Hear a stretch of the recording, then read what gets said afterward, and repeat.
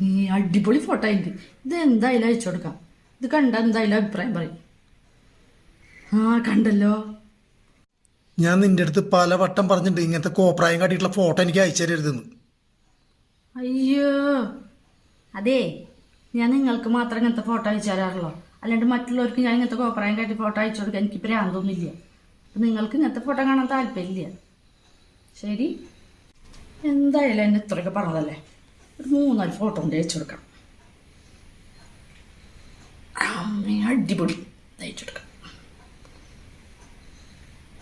ഏയ് സൂപ്പർ.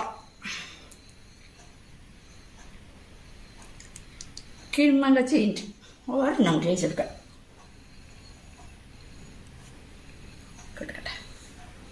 അതെ, എന്നെ കിട്ടിയതേ നിങ്ങളുടെ ഭാഗ്യ. ഇനി